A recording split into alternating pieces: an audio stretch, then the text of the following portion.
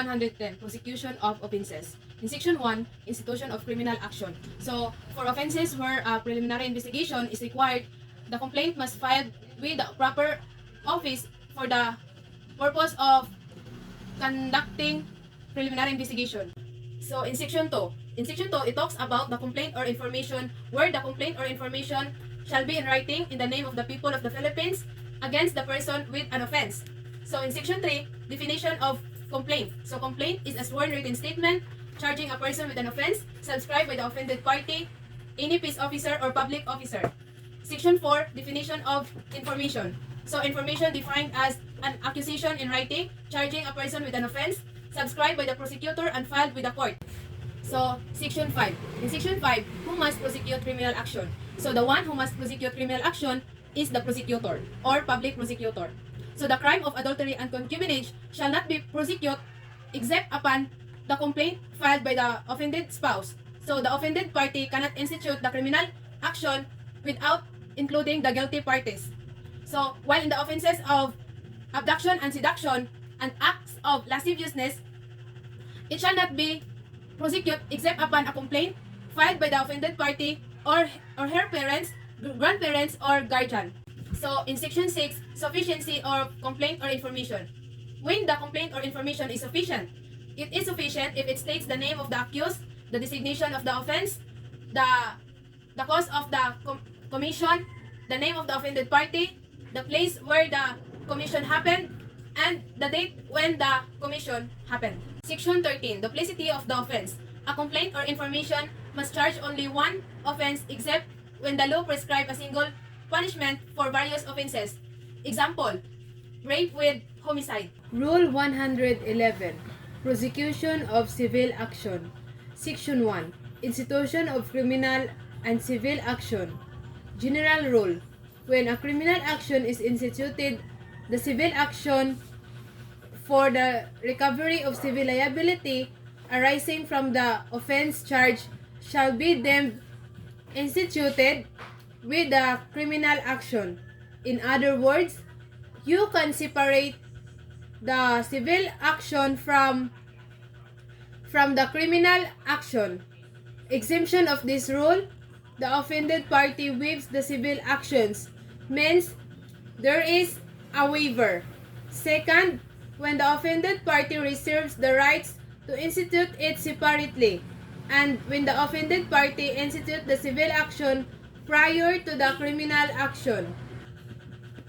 If the civil action filed ahead to the criminal action, according to Section 2 of Rule 111, there will be suspension of civil action. The suspension shall last until final judgment. Until final judgment is rendered. If the criminal action filed ahead to the civil action, according to Rule 111, Section 2, Paragraph A, after the criminal action has been commences, the separate civil action arising therefrom cannot be instituted until final judgment has been entered in the criminal action. Effect of death on civil action. The death of the accused after arraignment and during the pendency of the criminal action shall extinguish the civil liability, but the heirs of the accused may be substituted for the deceased without requiring the appointment of an executor. If the accused dies before arraignment, the case shall be dismissed and the civil file against the estate of the deceased. And after judgment, the criminal action shall be extinguished and the civil file against the estate of the deceased. Suspension by reason of prejudicial question. Elements of prejudicial question. First, the previously instituted civil action involves an issue similar to intimately related to the issue raised in the subsequent criminal action, and the resolution of such issue determines whether or not the criminal action may proceed. Rule 112, Preliminary Investigation. So, preliminary investigation is an inquiry or proceeding to determine whether there is sufficient ground to engender a well-founded belief that a crime has been committed and the respondent is probably guilty and should be held for trial. Who are the officers authorized to conduct preliminary investigation?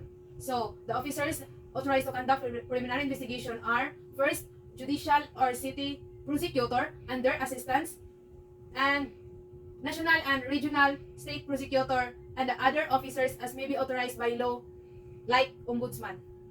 Then, procedure of preliminary investigation. First, for filing the complaint with the proper officer. Second, action of the investigating officer either to dismiss or issued a subpoena. Third, filing of the respondent counter affidavits. If the respondent cannot submit counter affidavit within 10 days period, the investigator officer shall resolve the complaint based on the evidence presented by the complainant. Fourth, clarificatory hearing. So the investigating officer may sit a hearing if there are facts and issues to be clarified from a party or a witness. Fifth, resolution. It's either dismissal or hold for trial. Section 4 of this rule states that no complaint or information may be filed or dismissed by an investigating prosecutor without the proper written authority or approval of the provincial or city prosecutor of chief prosecutor or ombudsman. When information filed in RTC, what will happen next? So, according to Section 5 of this rule, by filing RTC within 10 days from the filing of the complaint or information, the judge shall personally evaluate the resolution of the prosecutor and its supporting evidence. How about filing MTC? By filing MTC, the judge shall personally evaluate the resolution of the prosecutor and its supporting evidence. So, in case of doubt of the existence of probable cause, the judge may order the prosecutor to present additional evidence. Rule 113. Arrest. Arrest is the taking of a person into custody in order that he may be bound to answer for the commission of an offense. So arrest, how made?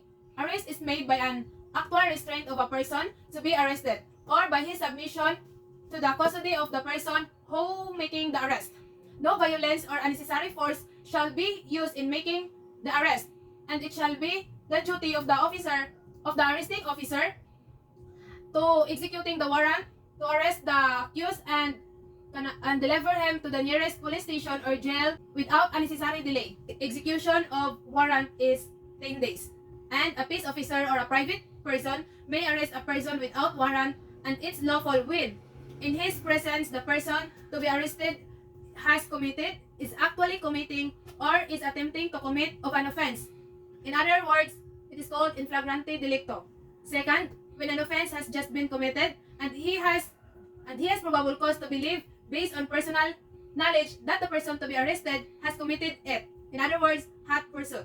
And the last is escape prisoner. When the person to be arrested is a escape prisoner from a jail. So time of making arrest is any day and any time of the day and night. So method of arrest is a method of arrest without warrant and by private person. Is the officer shall inform the person to be arrested of his duty and the cause of arrest. Rule 114.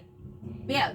Bail is the security given for the release of a person in custody of the law furnished by him or a landsman to guarantee his appearance before any court as required under the conditions. Bail may be given in the form of security, surety, property, bond, cash deposit, or recognizance. The right to bail is a constitutional right according to Section 13, Article 3 of 1987 Constitution. So when bail is a matter of right, so bail is a matter of right before or after conviction by MTC and before conviction by RTC of an offense not punishable by death, reclusion perpetua, and life imprisonment is discretionary. So bail is discretionary upon conviction by the RTC of an offense not punishable by death, reclusion perpetua, and life imprisonment. So right of the accused.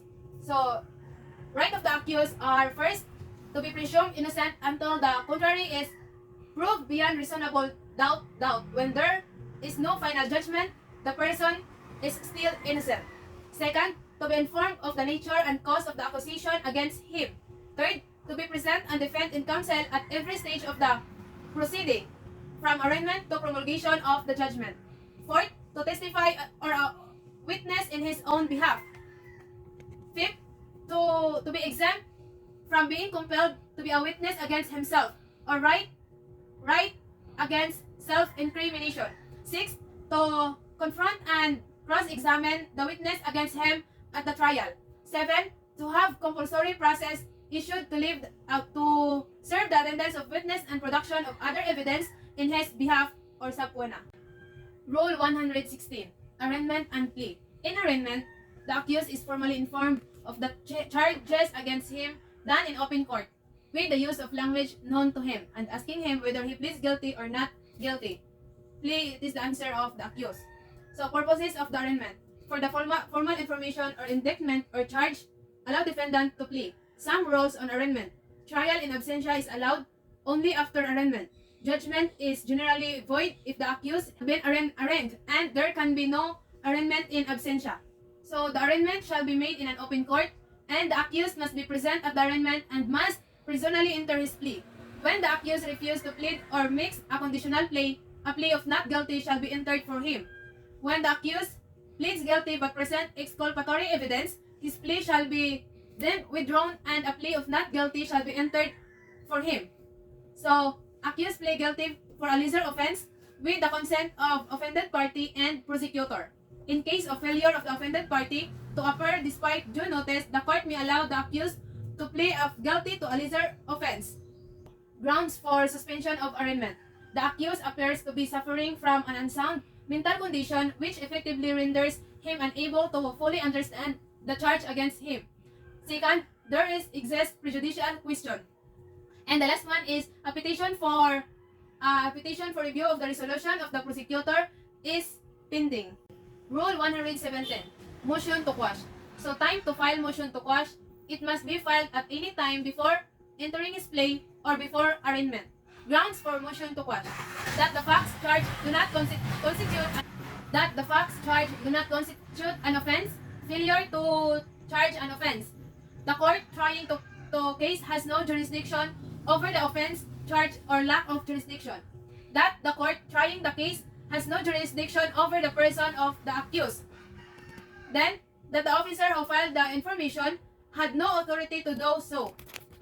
Then, it does not conform substantially to the prescribed form, example, not following the proper format or information. And that more than one offense is charged except in a single punishment for various offenses is prescribed by law. So, Rule 118, pre-trial. It is a procedural done before the trial. In pre-trial, there is securing stipulations as to matters and evidence to be heard and to take all other steps necessary to aid in the disposition of the case. So, the main objective of pre-trial is expeditious resolution of the case or mapadali. It is mandatory in criminal cases. Matters to be considered during pre-trial are plea bargaining, stipulation of facts, marking for identification of evidence of the parties. Pre-trial order. After the pre-trial conference, the court shall issue an order reciting the actors taking the facts stipulated and evidence marked. Such order shall bind the parties, limit the trials to matters not disposed of, and control the course of the action during trial unless modified by the court.